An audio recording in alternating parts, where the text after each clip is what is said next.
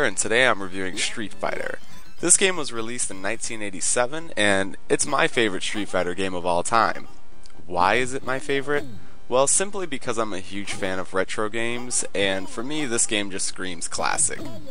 Your main character, Ryu, begins his journey to become a martial arts master here, alongside Ken, who the second player gets to control. You start off by picking one of 4 countries to do battle, each country having 2 opponents for you to face. Many characters in this game made appearances in future Street Fighter titles, such as Birdie, Eagle, Gen, Adon, Sagat, and Mike, who is supposedly Balrog, but Capcom really has neither confirmed nor denied that.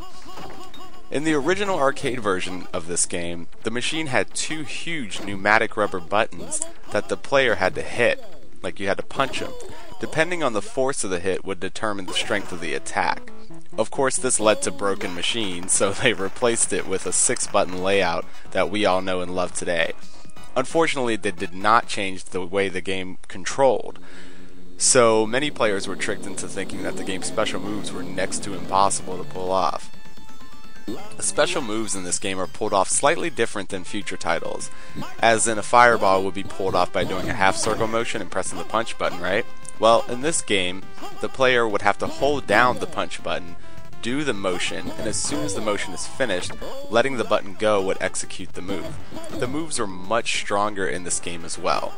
For example, 3 fireballs could kill your opponent with ease, and if you're at close range, 2 fireballs can kill him. If your range is correct, 1 dragon punch can knock off 90% of your opponent's life bar. Yeah, talk about crazy broken. It seems Capcom didn't even realize this was how the moves were done, as even they say the timing is tricky in many of the manuals, which it really isn't if you practice a bit. The game's graphics, being 1987, are very well done, the music is pretty good, and the character designs, in my opinion, are decent at best. Ryu had red hair back then, according to this game. A Japanese guy with natural red hair. Seems kinda odd. Anyway, as you saw earlier, there are 4 different bonus stages in this game, one of which seems to have been the inspiration for the Test Your Might bonus games from Mortal Kombat. When you end up finally getting to the last area of Thailand, you'll face Adon and Sagat, and you'll notice he doesn't have a scar on his chest. This fight was the fight that Ryu gave him that scar, according to Capcom. Now, the game can be pretty challenging, as you just saw me not long ago getting my ass handed to me by Lee. The opponents can be often relentless if you get too close, so the best thing to do would be to master the fireballs in order to keep them at bay.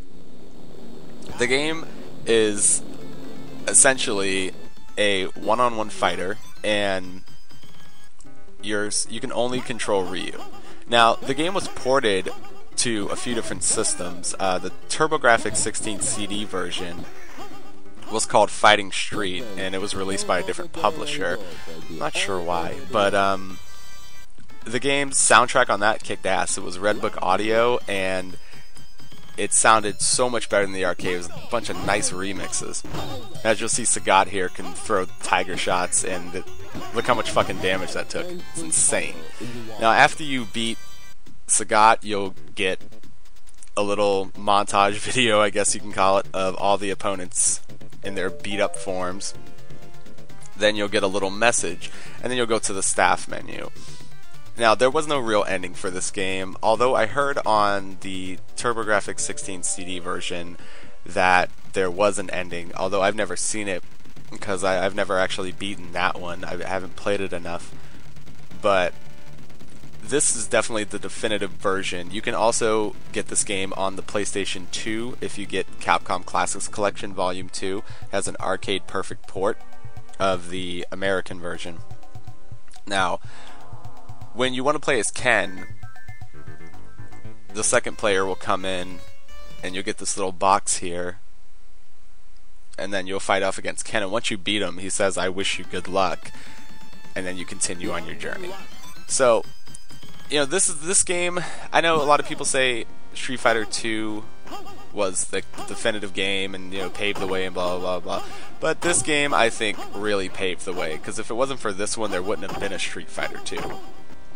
You know, Street Fighter 2 was going to be Final Fight before they changed the name. So, yeah. But this is easily my favorite Street Fighter game, and if you haven't played it, give it a shot. I think, you know, the controls aren't as bad as everyone makes them out to be, and it's worth a play, you know, just for nostalgic purposes, just to see where the game got its roots. Until next time, this has been Street Fighter for the arcade. This is Koru. See you guys next time. Game over, yeah!